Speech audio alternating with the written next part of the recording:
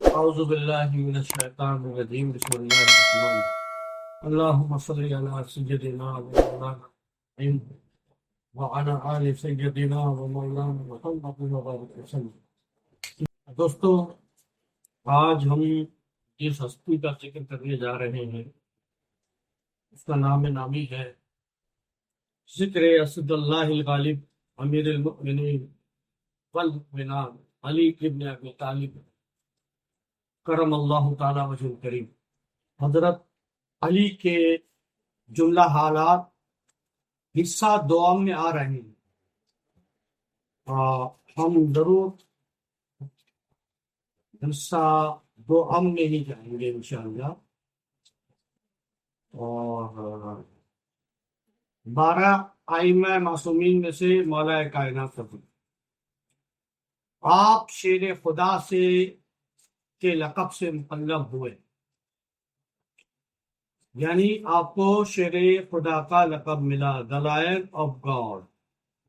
رسول اللہ صلی اللہ علیہ وآلہ وسلم کے برادر وہی، تمام صوفیان اہل صفا کے پیشوا، عشق و بلا کو سر پر اٹھانے والے، امام المشارق والمغارب امیر المؤمنین علی ابن ابی طالب ابن ہاشم بن عبد مناف تھے۔ آپ شیر خدا کے لقب سے مقلب ہوئے، رسول اللہ صلی اللہ علیہ وسلم کے برادر وحی، تمام صوفیان اہل صفا کے پیشوا، عشق و بلا کو سر پر اٹھانے والے، امام المشارق والمغارب امیر المؤمنین علی ابن ابی طالب بن ہاشم بن عبد مناف تھے۔ آپ کی والدہ ماجدہ فاطمہ بنت اسد ہاشم تھی۔ آپ کی ولادت جمعہ کے دن 13 ماہ رجب واقع فیل کے 30ویں سال ہوئی، the 30th year of واقعہ فیل، the incident of فیل۔ دوسری روایت کے مطابق واقعہ فیل کے 28ویں سال ہوئی۔ Another riwayat is that Ali ibn Abi Talib was born after the incident of Fil۔ اس عاقبت محمود کی جائے ولادت خانہ کعبہ ہے۔ The place of his birth, the place of the birth of Ali was خانہ کعبہ۔ He was born in خانہ کعبہ، inside of خانہ کعبہ۔ یہ سعادت ازل سے ابد تک کسی بشر کو نصیب نہیں ہوئی۔ جب سے دنیا بنی ہے آج تک یہ خوش نصیبی، یہ سعادت، یہ انعام کسی کو حاصل نہیں ہوا۔ علی واحد وہ شخصیت ہیں جو کعبے کے اندر پیدا ہوئے۔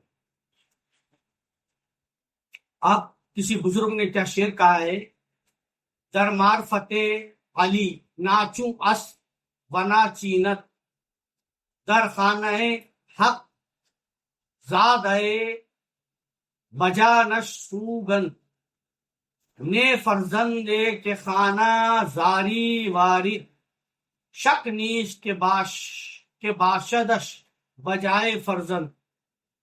یعنی معرفت میں حضرت علی کرم اللہ تعالی وجہ کی کوئی مثال نہیں ہے، نو پیرلل ان معرفت وتھ علی۔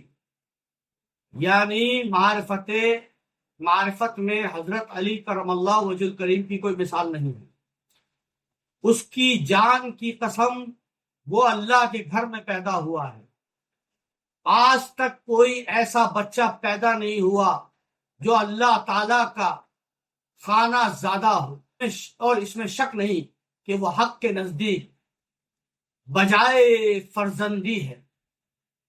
یعنی دنیا میں ایسا کوئی بچہ پیدا نہیں ہوا جو اللہ کے گھر میں پیدا ہوا ہو، اور حق کے نزدیک، اللہ کے نزدیک بجائے فرزندی ہے، یعنی واقعی وہ اللہ کا بجا فرزند ہے، حقیقتاً وہ اللہ کا بیٹا ہے۔ ایسا شعر میں انہوں نے کہا، ہم تو سب اللہ کے بندے ہیں۔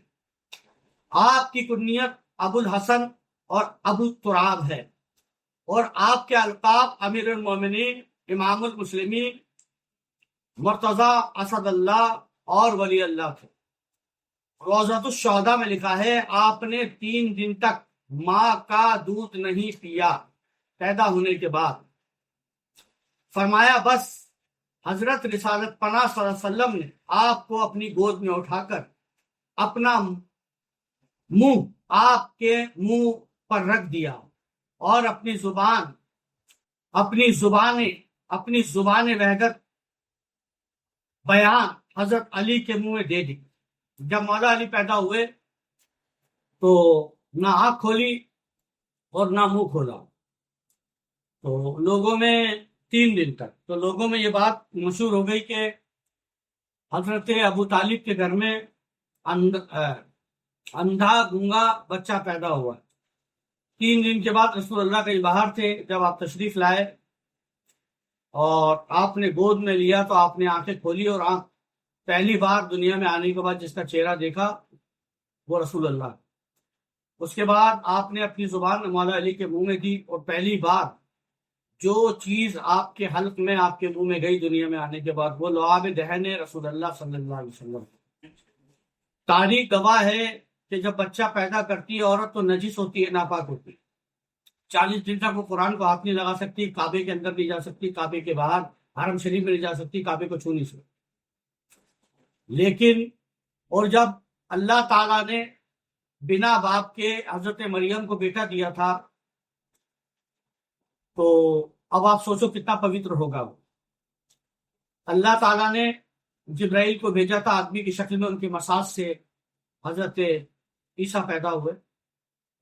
کتنا پوتر بیٹا کنواری مریم کے پیٹ میں تھا، جو کسی طرح سے بھی کسی دوسری صورت سے پیدا نہیں ہوا تھا، بلکہ بہت ہی پاکیزہ روح۔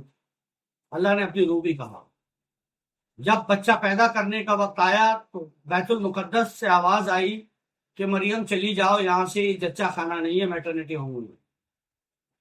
اور جب علی کی ماں طواف کر رہی تھی کعبے کا، ان انٹینشنل تھا وہ انٹینشنل تھا، اور درد ذہ اٹھا یعنی لیبر پہ، تو کعبے کی دیوار پھٹ گئی اور آواز آئی فاطمہ اندر آ جاؤ۔ جب علی پیدا ہوئے کعبے میں تو ندا آئی کہ کعبہ پاک، علی کی ماں پاک، اور جو بچہ خالد میں پیدا ہوا ہے وہ بھی پاک۔ اتنے پاک کی اولاد ہیں سید زادے، جس کی پاکیزگی کا سید کو ازلی طہارت حاصل ہوتی ہے، سید ازلی پاک ہوتا ہے۔ امت یہی بھول گئی، اس لیے اللہ کے عذاب کا شکار ہو گئی۔ اگر امت یہ یاد رکھتی تو کبھی عذاب کا شکار نہ ہو۔ جب رسول اللہ نے اپنی زبان آپ کے منہ میں دے دی، آپ زبان چوسنے لگے، اور آپ کافی دیر تک رسول اللہ صلی اللہ علیہ وسلم کی زبان مبارک چوستے رہے، اور لعاب دہن نبی جو کہ سرچشمہ والسماء ينطق عن الہوا ہے، وما ينطق عن الہوا، وما ينطق عن الہوا، یعنی یہ اپنی نفس خواہش سے اشارہ بھی نہیں کرتے۔ یہ سورہ نجم کی آیت ہے کہ یہ اپنی نفس سے اشارہ بھی نہیں کرتے، اشارہ بھی تب کرتے جب اللہ کا حکم ہوتا۔ وما ينطق عن الہوا، آپ کا جو نبوی یعنی لعاب دہن نبوی جو سرچشمہ وما ينطق عن الہوا تھا کا، جب یہ حیات ظاہری و باطنی میں پیتے رہے، جب آپ 5 سال کے ہوئے تو رسول اللہ صلی اللہ علیہ وسلم ان کو لے گئے اور خود ان کی تربیت فرماتے رہے، یعنی رسول اللہ نے گود لے لیا۔ حتیٰ کہ جس وقت رسول اللہ صلی اللہ علیہ وسلم کو نبوت حاصل ہوئی، آپ 10 سال کے تھے اور مشرف با اسلام ہوئے، پہلے مسلم۔ بس اسی طرح ہمیشہ سرور کائنات صلی اللہ علیہ وسلم کی خدمت میں رہے، حتیٰ کہ ہجرت کے دوسرے سال حضرت صلی اللہ علیہ وسلم نے حضرت فاطمہ الزہرا سلام اللہ علیہا کو ان کے عقد میں دے دیا۔ ہجرت کے دوسرے سال سیدہ کا نکاح آپ سے کر دیا۔ اس وقت ان کی خاطر آپ نے ایک علیحدہ حجرہ مقرر فرمایا۔ حضور پاک نے حجرہ یعنی کمرہ بھی خود دیا، نکاح کے وقت حضرت علی 25 سال کے تھے اور حضرت خاتون جنت 18 سال کے، اور شواہد النبوت میں لکھا ہے کہ آپ 12 اماموں میں سے امام اول ہیں۔